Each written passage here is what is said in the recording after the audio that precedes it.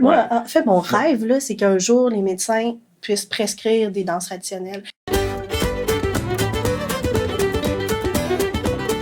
Salut, je m'appelle Catherine Dorion, je suis députée de Tachereau à l'Assemblée nationale du Québec et comme tout le monde en 2020, je fais un podcast. Pour le monde d'ici puis pour le monde d'un peu plus loin aussi, parce qu'on est tous dans le même bateau. Bienvenue à Nous ne sommes pas seuls. En 2018, quand j'étais en train de faire ma campagne électorale en espérant être élue députée du comté de Tachereau, je me suis fait poser une question à un moment donné dans une assemblée. C'était Cassandre Lambert-Pellerin qui m'a demandé « Oui, mais qu'en est-il du patrimoine vivant? » Puis là, tout le monde dans la salle a comme fait « Ah oui, c'est vrai, cette affaire obscure du patrimoine qui est pas dans une bâtisse, mais qui est vivant, qui est entre les humains, c'est quoi cette affaire-là? » Puis j'ai dit à Cassandre que c'était une des choses qui m'importait le plus dans la culture, dans la préservation de la culture. Le patrimoine vivant, on va apprendre un peu c'est quoi dans la discussion qui s'en vient. On est justement avec Cassandre, qui est directrice des communications au Centre de valorisation du patrimoine vivant, et avec Benoît Fortier, qui est musicien dans le groupe de musique trad Les Chauffeurs à pied, qui fait beaucoup d'activités avec le Conseil québécois du patrimoine vivant. Puis on va tout jaser de ça, vous expliquer c'est quoi, vous allez voir, c'est super intéressant. Benoît et Cassandre. Allô, ça va bien? Oui, ça va très bien. Je suis contente de vous avoir aujourd'hui. Vous êtes à fond la caisse dans le patrimoine vivant, dans la musique traditionnelle, toi, Benoît, puis Cassandre, t'organises plein d'affaires, puis vous animez ça dans la ville de Québec. Du monde voit ça souvent comme « Ah, c'est des beaux organismes qui nous rappellent notre passé. » En quoi c'est pas ça? Le patrimoine vivant, là, ce qui est le fun avec ça, ça se réactualise toujours. Parce que patrimoine vivant, moi, je préfère ce terme-là à patrimoine immatériel, parce que patrimoine immatériel, c'est un peu comme désincarné, alors que vivant, ben, ça s'incarne dans des gens, des porteurs de tradition, qui ont appris des connaissances, puis qui peuvent ensuite les transmettre. Ce qui fait que... Puis pour que le monde ne connaisse vraiment pas ça, quel genre de connaissances? Ben là, on peut parler de chansons, donc de techniques artisanales, de techniques aussi donc de connaissances en lien avec l'herboristerie traditionnelle, par exemple, de danse, de contes, bref, plein de savoirs, de savoir-faire là vraiment qui viennent du passé, qui ont été transmis de génération en génération, souvent de bouche à oreille, et puis ben qui sera adapté à mesure aussi. Adapté à mesure, parce que tu sais de la transmission, c'est jamais bonjour, c'est pas comme si je te donnais un objet, parce que en fait c'est plutôt une relation qui s'établit entre la personne qui transmet et la personne qui reçoit. Et donc, à travers cet aller-retour-là, ben, il y a toujours des modifications, ça change un petit peu, ça évolue un petit peu à chaque fois. Puis ben, c'est comme ça que ça se rend jusqu'à nous. Fait que c'est comme une richesse qui appartient à tout le monde, que tout le monde peut gosser, ramancher un petit peu, reprendre, puis qui est obligé d'être partagé, populaire pour exister. C'est bon que je dis? Exactement. Oui. Effectivement, ça appartient à tout le monde. Ça appartient à tout le monde et à personne en même temps. Fait que tout le monde peut se l'approprier puis en faire ce qu'il veut.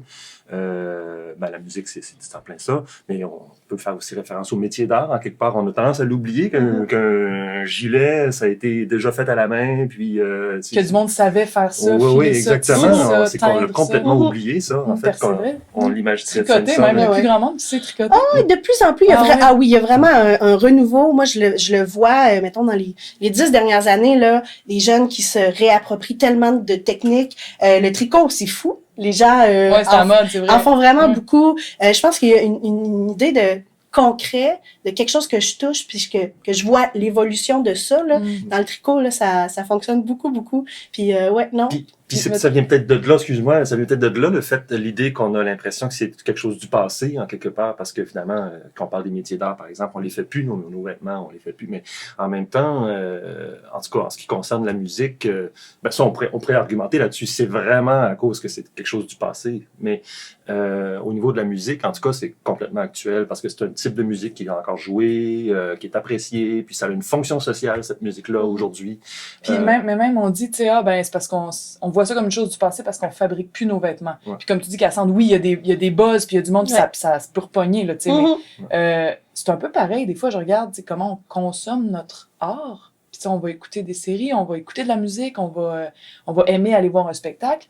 Mais pour la plupart des gens, c'est pas plus quelque chose qu'on fait nous-mêmes. Puis on regarde des vieux documentaires, ça avait l'air assez répandu dans la famille, les gens qui connaissaient des contes, qui savaient jouer d'un instrument, qui, tu sais, c'était beaucoup plus répandu qu'aujourd'hui, beaucoup plus normal de savoir pratiquer des arts. Puis de danser, tout le monde dansait, tu sais, c'était à peu près systématique, alors qu'aujourd'hui, c'est plus tellement le cas.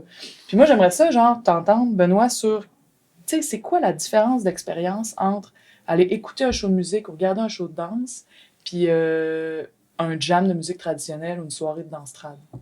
La base, c'est que c'est un style de musique qui existe, que tu peux choisir d'aimer ou non.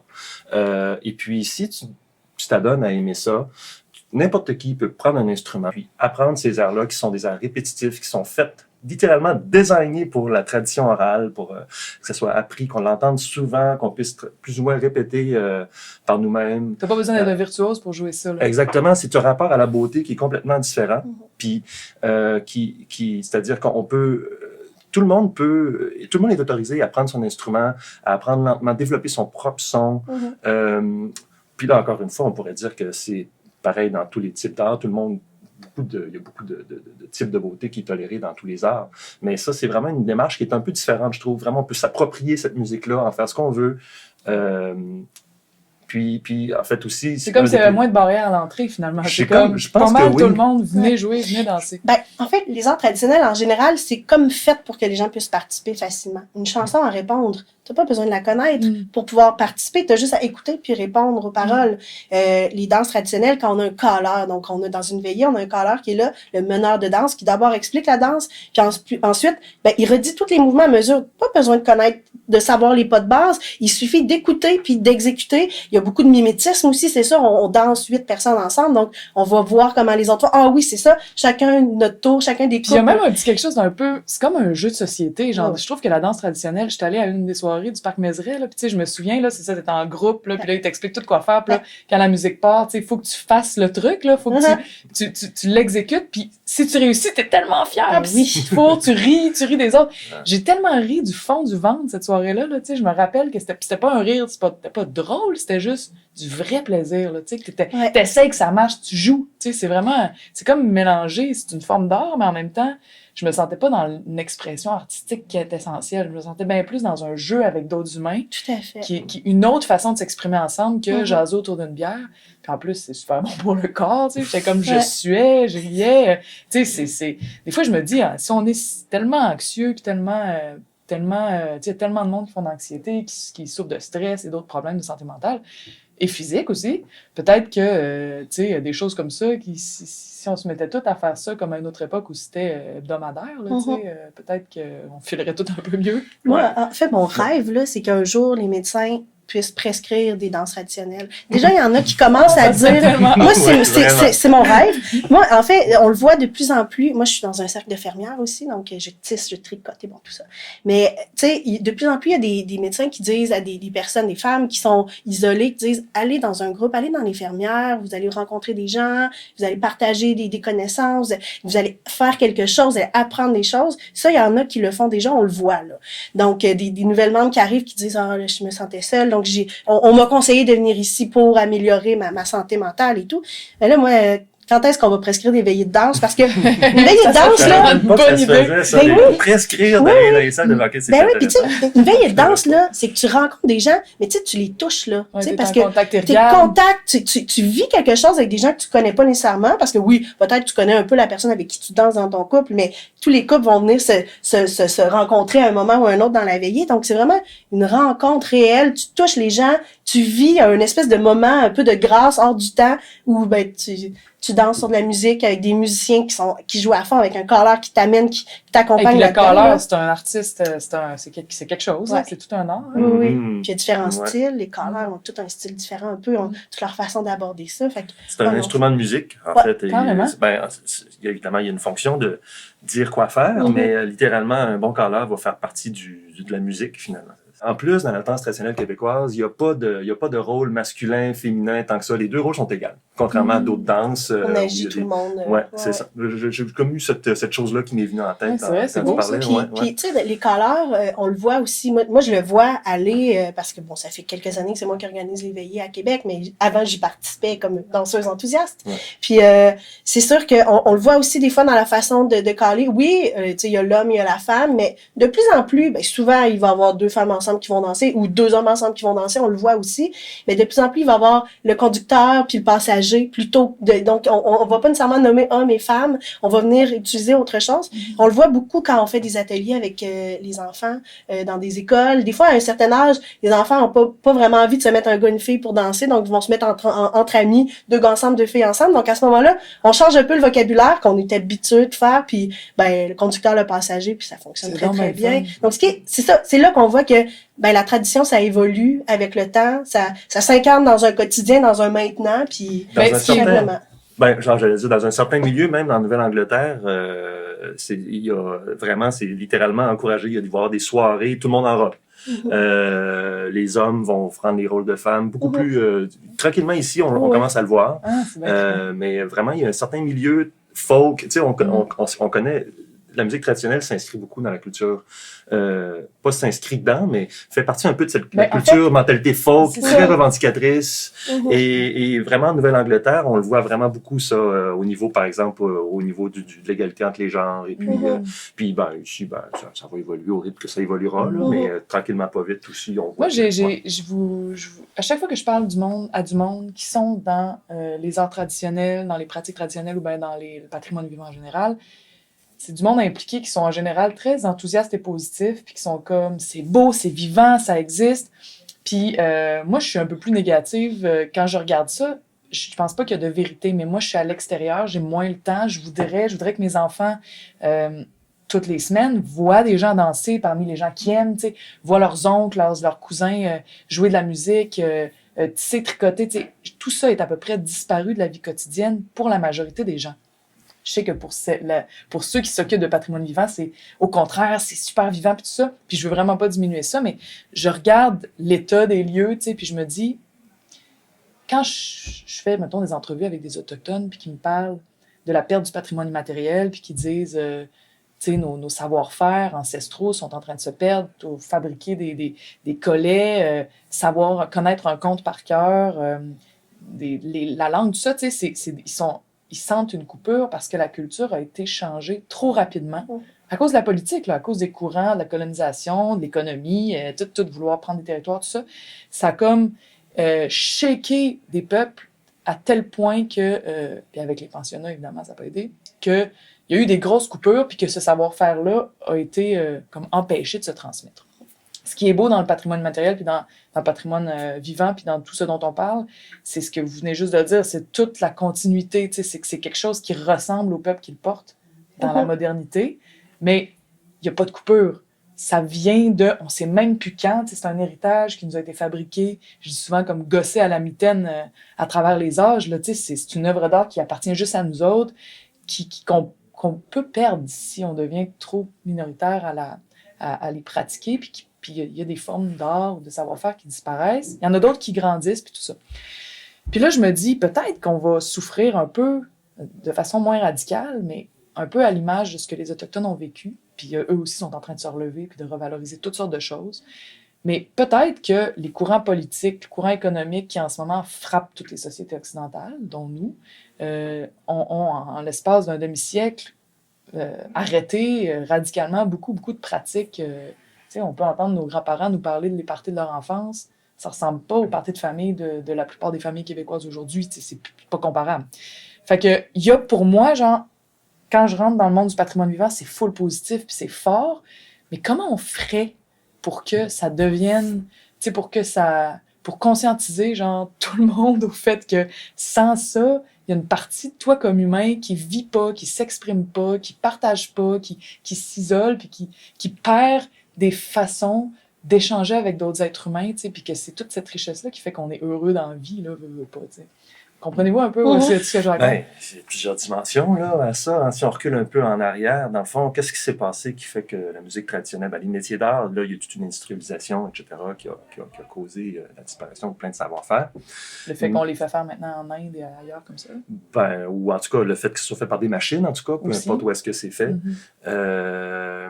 Ensuite, en ce qui concerne la musique, je pense qu'on pourrait dire tout simplement, dans le fond, qu'est-ce qui s'est passé? Ben, ça date pas de si loin que ça que la musique traditionnelle était encore extrêmement populaire dans les années 60, 70, encore à cette époque-là. Pratiquée par beaucoup de gens. Oui, de façon très spontanée, puis... Beaucoup de monde jouait, là, pas juste des musiciens professionnels. Non, ben oui, en tout cas, dans une certaine mesure, j'imagine. Je sais pas si tu es d'accord avec moi là-dessus. En fait, moi, ce que j'ai l'impression que c'est sorti un peu de la sphère uniquement privée, où c'était comme les arts traditionnels, c'était la façon de se divertir, point barre. Puis ça s'est déplacé vers la sphère plus publique, la sphère semi-publique aussi et tout. Puis ce qui fait que maintenant, on parle pas de communauté, tu sais, la communauté qui est réunie par les arts traditionnels, c'est pas seulement les petits noyaux familiaux, mais c'est vraiment une communauté qui vient de partout. C'est pas le village, la paroisse. Exactement. C'est quelque chose, c'est ailleurs, tu sais. Après ça, c'est sûr qu'on travaille tout le temps avec les gens qui ont vécu, mettons, des gros parties de famille où les gens dansaient, où les gens jouaient de la musique, chantaient des chansons à répondre. Moi, dans mon quotidien, il faut souvent que je me batte un peu contre ces souvenirs-là, parce que les gens sont rattachés à ça. Puis mettons, je parle avec quelqu'un, je dis « Hey, on organise des veillées de danse à chaque mois à Québec. » Ah oui! Hey, c'était donc ben le fun. Moi aussi, j'ai fait ça dans le temps. Hey, c'était assez agréable. Non, pas dans le temps. Maintenant, on en a encore à Québec, là, une fois par mois. On a une centaine de personnes à chaque fois. Hey, c'était le fun. Hey, c'est dommage qu'il n'y en ait plus. Non, je viens de vous dire qu'il y en a encore maintenant. Tu sais, c'est pas comme dans le bon vieux temps, c'est comme dans maintenant, oui, là. Puis c'est des jeunes qui sont là, en plus, du monde de tous les âges. Effectivement. Ce qui fait que les gens qui l'ont pas vécu dans le passé, dans leurs souvenirs, dans leur enfance, ils ont pas comme d'idée. Ce qui fait qu'ils n'ont pas de barrière, ils se mettent pas de barrière, tu sais. Mm-hmm. Les enfants, spontanément, ils embarquent, ils ont pas de préjugés, ça y va, là, tout simplement. Fait que, tu sais, je pense que c'est ça c'est toujours ça. Il faut qu'on aille chercher les gens qui l'ont déjà vécu pour leur montrer, ça se vit encore maintenant, plus de la même façon, mais ça vit encore maintenant, ça peut se vivre encore maintenant. C'est même, il y a un vrai regain en ce moment, là. Définitivement. Oh, ouais. Là où je m'en allais, tout à fait. Là où je m'en allais, moi, c'est l'idée que dans le fond, à travers les transformations de la société dans les dernières décennies, c'est comme si, tu sais, je pense qu'on peut dire de façon neutre, là, comme une observation objective, les types de divertissement se sont tellement multipliés. C'est comme si, en quelque part, c'est assez ouvert à débat, c'est comme si la musique traditionnelle avait pas nécessairement perdu, mais en tout cas, elle n'a pas gagné la bataille de la popularité au niveau des masses. T'sais.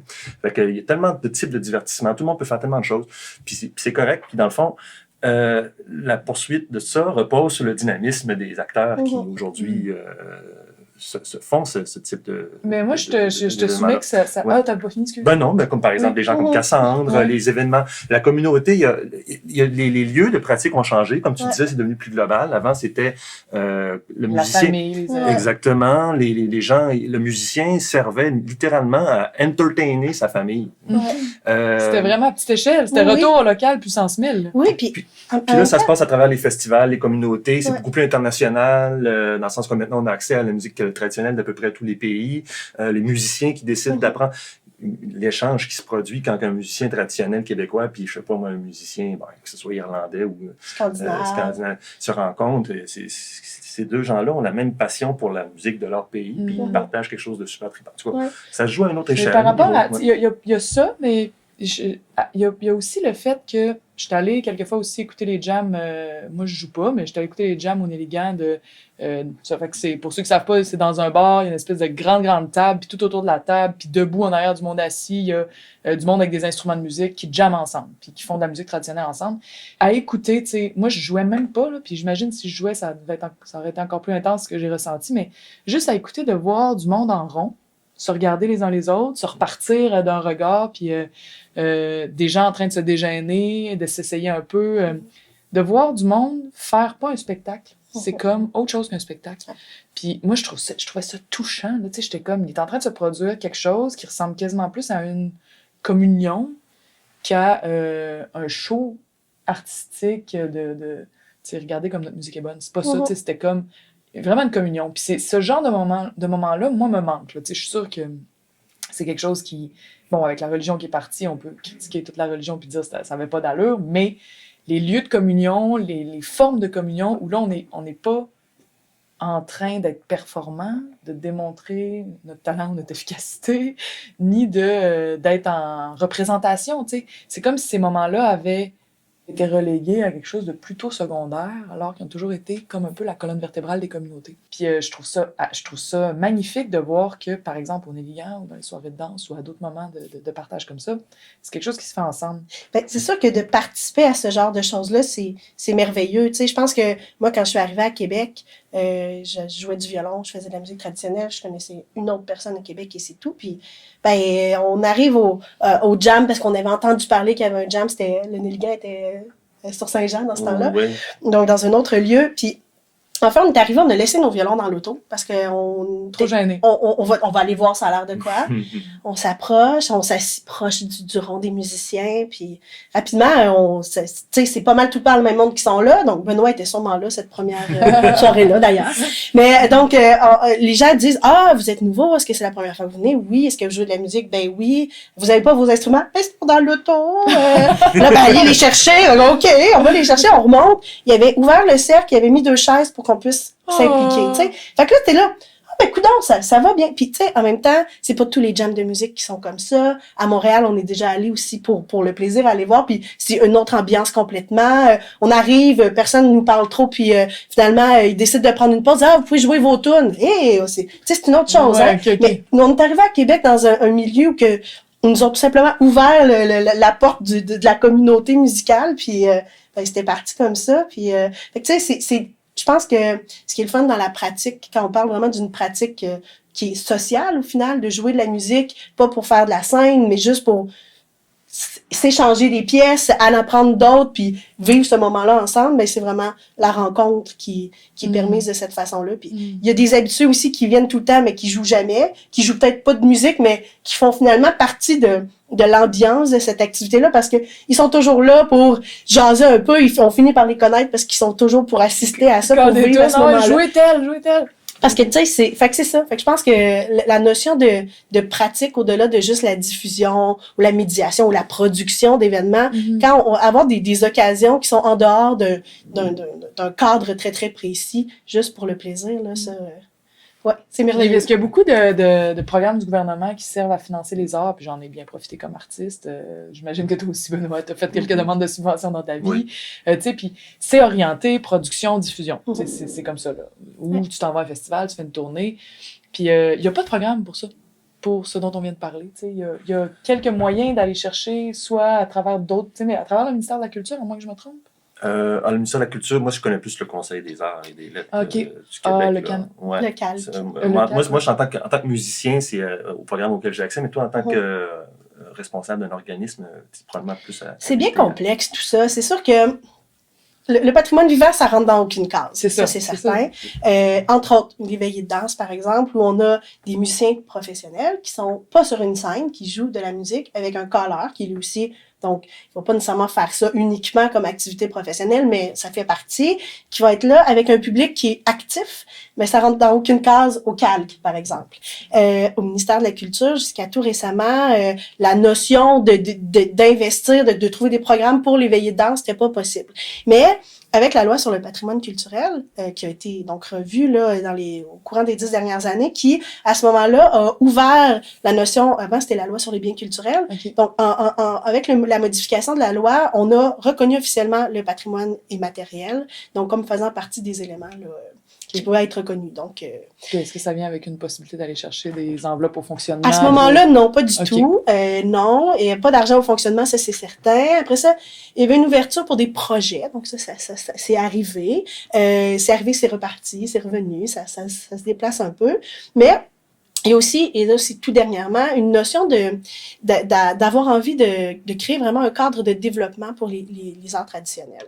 En fait, avec la loi sur le patrimoine immatériel, quand on reconnaissait le patrimoine vivant, c'est une possibilité d'une désignation par le ou la ministre de la Culture. Donc ça, c'est donner un statut légal à différentes pratiques. Donc actuellement, on a quelques éléments qui ont été désignés là, dans le cadre de cette loi-là. Ça donne quoi concrètement? Ça donne, on est sur le répertoire du patrimoine culturel, donc entre autres la veillée de danse a été reconnue. Le canot à glace. Le canot à glace, donc le chant de gorge, le fléché. Là, on va en oublier, c'est certain, en voulant les nommer comme ça. Mais bref, moi, je vais parler de la veillée de danse, parce que j'étais présente là, lors de la désignation officielle. Donc, on a fait un set de danse protocolaire. Là, j'étais dans le même set que la ministre de la Culture. En tout cas, bref, une grosse affaire. Mais une fois que ça a été fait, on est écoute, la veillée de danse est désignée par la ministre comme un élément du patrimoine culturel québécois.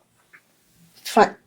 C'est ça. Voilà. Il y a Donc, pas de- il y avait pas de possibilité autre pour aller Parce que chercher ça des prend trucs. du monde qui anime ça, tu sais. Tout à fait. C'est pas quelque chose, c'est plus quelque C'est chose ça. qui se produit naturellement, là. Surtout dans un monde où tout le monde est full, plus de temps, là, tu sais. C'est ça. Mais là, par chance, avec le temps et avec beaucoup de travail fait par plein d'acteurs, dont le Conseil québécois du patrimoine vivant, qui est notre regroupement national qui travaille bien fort, qui est notre organisme de combat. Moi, c'est comme ça que je les appelle, pour faire défendre vraiment nos droits et de faire, en fait, offrir une meilleure place dans les politiques, mais aussi sur la place publique là, pour le patrimoine vivant.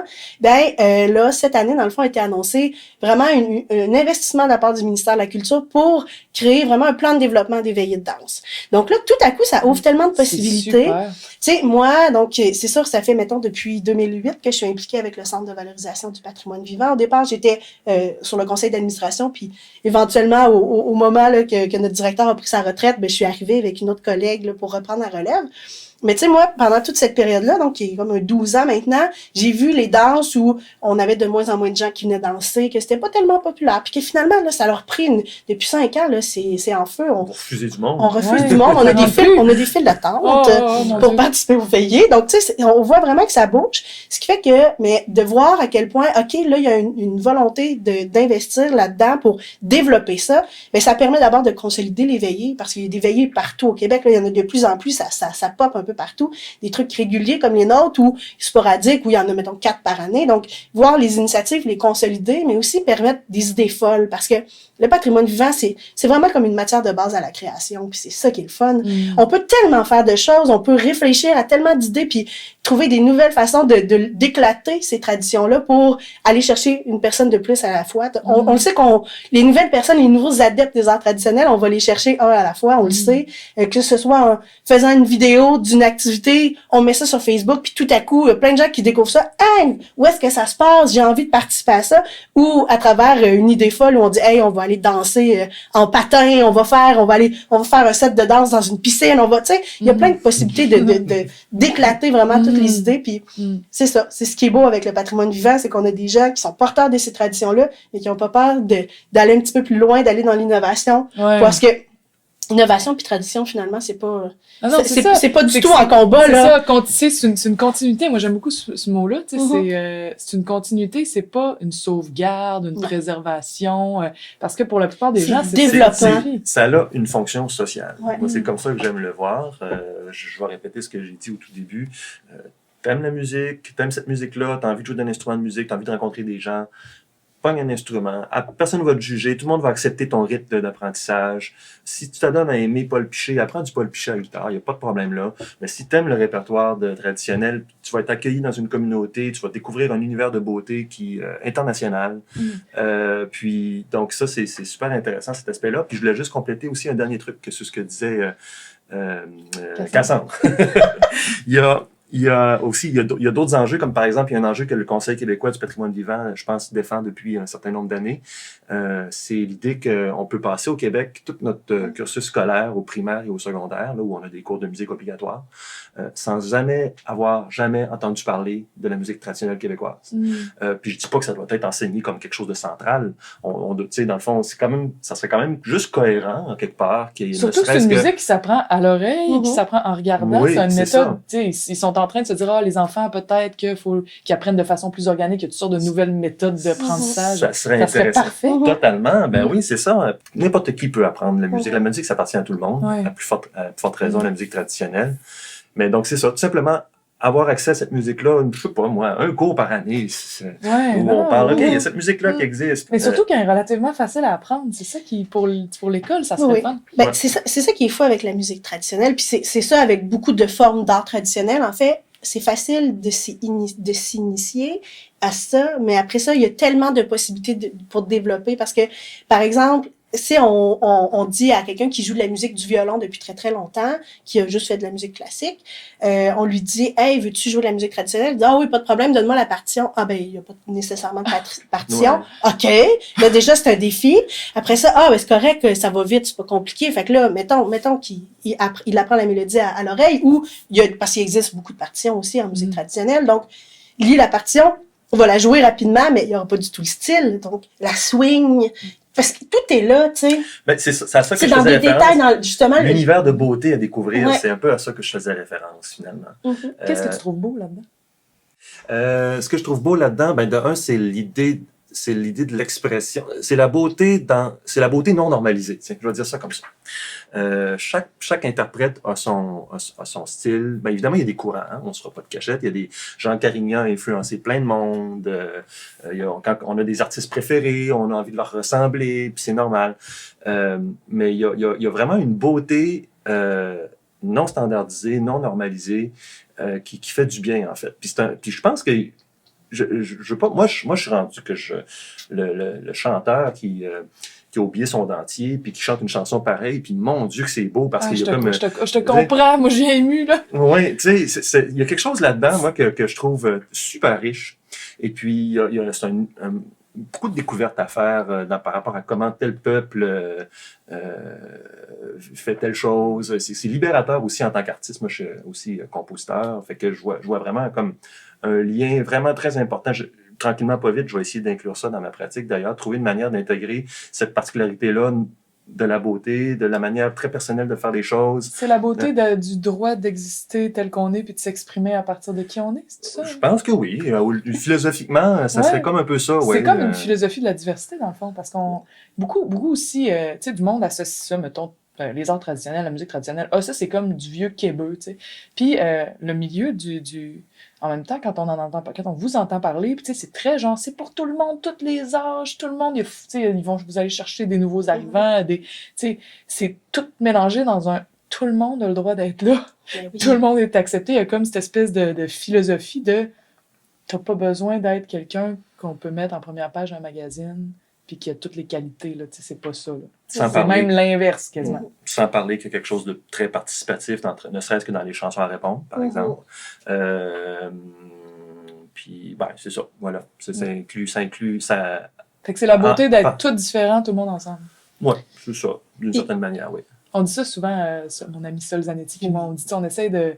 on milite pour l'indépendance, puis des gens nous disent « Ah non, parce que les indépendantistes, ils sont racistes. » Malheureusement, il y a des gens qui ont un peu associé les deux idées dans la tête d'autres gens.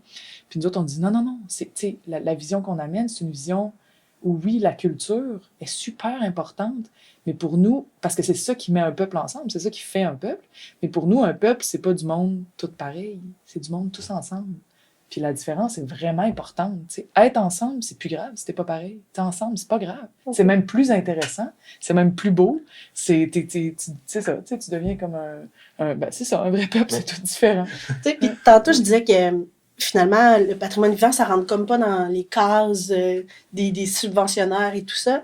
Mais au final, on est capable d'entrer à travers des programmes qui sont plus générique, entre autres, si on va dans un programme du ministère de la Culture, mais qui fait culture et éducation ou culture et inclusion, là, tout à coup, on a vraiment notre place, puis on tire bien notre épingle du jeu dans ce genre d'appel de projet-là, autrement que vraiment juste en culture ou en danse, parce que c'est pas un spectacle de danse qu'on fait, c'est une veillée, donc on est comme toujours à cheval, alors que là, en allant dans un programme qui est plus général, ben le patrimoine vivant répond à un besoin de la société.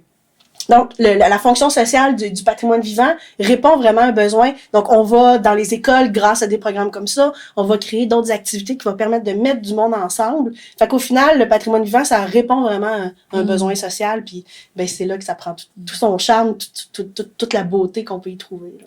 J'aimerais ça qu'on finisse sur... vous m'avez parlé de festivals. Bon, c'est très internationalisé, le monde des arts traditionnels, du patrimoine vivant. Puis, comment ça a l'air de quoi? T'sais, comment ça se passe quand vous allez à l'extérieur? Est-ce que Racontez-moi un peu, le Québec s'exporte-tu un peu avec son art traditionnel? Oui, tout à fait. Ben, en fait, par rapport à la musique, en tout cas, on peut parler de la musique. La musique traditionnelle québécoise a vraiment une belle place dans la programmation des... Il y a tout un réseau de festivals folk et de musique traditionnelle, principalement dans le monde, bon, on parle plus comme l'Europe en général, les pays scandinaves, bon, les États-Unis, le Canada, l'Australie, les autres pays, là, ils commencent à avoir plus de frontières, là, c'est un petit peu moins homogène, mais c'est tout ce réseau-là qui est littéralement quand même international, laisse une très belle place à la musique traditionnelle québécoise. C'est pas rare que chaque festival va avoir un groupe de musique traditionnelle, puis cette musique-là, en tout cas, nous, ça nous a permis d'aller visiter toutes sortes de festivals, puis de rencontrer des musiciens d'un peu partout. Et puis, en fait, cette musique-là, elle est appréciée. Je pense que pour le néophyte, elle fait un peu penser à la musique irlandaise, ou la musique anglaise ou écossaise, mais les gens reconnaissent la particularité parce qu'il y a des différences. C'est quoi la particularité québécoise? Mon Dieu, je pourrais parler de trucs strictement musicaux, là, du genre, bon, c'est beaucoup d'air assez rapide, majeur, bon, il y a musique très... Ça s'explique très mal, le style, hein, mais bon, il y a vraiment... en même temps, on le sait, là, nous, on entend un reel québécois, puis on se dit, c'est un reel québécois. Fait que je vais juste répondre ça, en fait, comme ça. On le sait. C'est ça, il y a la notion de podorythmie aussi, donc le tapement de pied qui est spécifique au Québec. C'est spécifique au Québec, je ne savais pas. Oui. Donc, ce qui fait que de voir ça dans un groupe, c'est sûr que on sait c'est des Québécois. Tu sais, parce que le tapement de la façon dont on le fait, donc où on bat vraiment pas seulement la mesure, mais qu'on vient faire vraiment un rythme, le même rythme qu'on ferait avec les cuillères, par exemple. Donc c'est ça. Donc ça, c'est vraiment spécifique là, à nous. C'est pas rare qu'on entend des groupes qui vont dire OK, on va jouer du québécois. C'est bien le fun. Il va y avoir un air québécois dans un medley d'air. Dans les jams, les gens vont être curieux. Vous êtes québécois? Oui, moi j'ai appris un air. Puis bon, il y a toute cette espèce d'échange-là qui se produit. Puis oui, en fait, c'est ça que je me disais dernièrement, c'est qu'on est chanceux, un groupe comme le nôtre, parce que très souvent, les festivals ils vont avoir 3 groupes irlandais, mettons, les gros festivals, mais ils vont faire un effort pour qu'il y ait au moins un groupe québécois. Parce que cette musique-là... Donc, on est reconnu pour notre musique, là. Oui. En fait, ce soir même, à Carnegie Hall, on a 2 groupes québécois qui sont sold out. Donc, les billets sont complètement vendus, qui jouent ce soir de la musique traditionnelle québécoise. Les premiers depuis Jean Carignan à jouer au Carnegie Hall. Donc, de temps en temps, et le Vent du Nord qui sont là, réunis pour un spectacle. Donc, c'est ça qui est fou, puis c'est que ça a été comme ça à toutes les époques, de voir à quel point une musique qui est très spécifique, qui est très précise, puis qui parle vraiment de nous, ben finalement, elle touche l'universel, puis elle touche les gens aussi qui sont d'autres cultures, tu sais, je pense que... Mettons que quelqu'un veut aller voir, moi, ça me tente d'apprendre à, je sais pas moi, comment on dit ça, donc, flécher. Ou ça me tente d'apprendre telle forme d'art ou d'aller jouer de la musique dans un jam. Ou y a-t-il une place où est-ce qu'ils peuvent aller pour voir tout ce qu'il y a? Bon, ben c'est sûr que le Centre de valorisation du patrimoine vivant à Québec, on touche beaucoup à toutes les formes d'art, donc c'est une bonne porte d'entrée. Ou sinon, on connaît les gens qui vont être capables de répondre. Fait qu'ils peuvent vous écrire. Ils peuvent nous écrire, effectivement. Donc, ils peuvent aller voir sur notre site, il n'y a aucun problème. C'est sûr que l'apprentissage même, ça passe dans des formes... Tu sais, c'est comme Benoît le disait, c'est pas dans les écoles, c'est pas dans les programmes scolaires précis, donc c'est pas à la grandeur du Québec, donc mais c'est là quand même. Il y a quand même des occasions pour apprendre de tout ça, donc c'est sûr que faut avoir un peu de volonté, mais c'est possible de trouver, d'apprendre à giguer à Québec. Il y a des cours de gigue, c'est possible. J'en prends moi-même. Donc il y a des cours de gigue, il y a moyen, il y a des écoles aussi avec des profs. C'est pas des écoles uniquement dédiées à la musique traditionnelle, mais il y a des profs qui eux l'enseignent, donc c'est possible. Donc faut naviguer à travers tout ça. On est un peu underground, mais on est là. De plus en plus, on prend de l'ampleur. Puis, le but, c'est que les arts traditionnels soient partout pour être capable de toucher les gens puis de leur donner des occasions de se rencontrer puis d'échanger. Puis comme par exemple à Joliette, à Joliette, c'est très très fort cette musique-là. Puis bon, je connais pas les ressources qu'il y a là-bas. À Montréal, je sais qu'il y a quelque chose comme à Québec, on en a un jam à chaque semaine au Nelligan, pour pas le nommer, le mardi soir. Puis à Montréal, je sais qu'ils en ont genre 3-4. Là, à l'Albion, le jeudi aussi, à Joliette, il y en a un à chaque semaine qui est très couru, très populaire. Je pense que c'est des portes d'entrée qui sont intéressantes. Festival Mémoire, c'est une festival, les rendez-vous estrade à Québec. Il y a beaucoup de festivals. Il y a au-delà de quoi, 20, 30 On a 30 plus de 35 festivals en art traditionnel, donc pas seulement en musique. À Québec? Non, pas à Québec. Okay, non. Dans le Québec. non, on a en conte, en herboristerie, donc en danse, on a de tout ça. Fait il y a plein de choses. Ça existe, c'est présent, puis on attend que vous.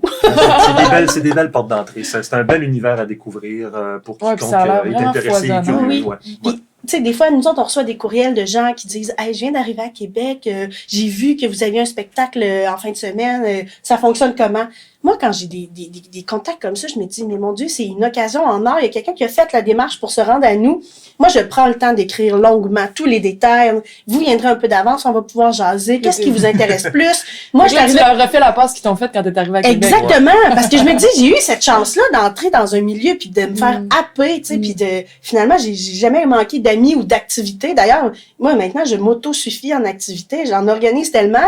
Il y en a tellement des belles choses qui se passent en art traditionnel à Québec que j'ai de la misère à aller au théâtre, j'ai de la misère à aller voir d'autres shows de musique parce que c'est super foisonnant. Ce qui fait que je pense que c'est ça. S'il y a quelqu'un qui se sent désœuvré, qui aimerait rencontrer des gens, là, il y a beaucoup de belles occasions, là. Ça, c'est certain. Ça donne le goût. Est-ce que vous donner le goût? Merci d'avoir accepté de participer à mon podcast. Ça fait plaisir. Merci Catherine.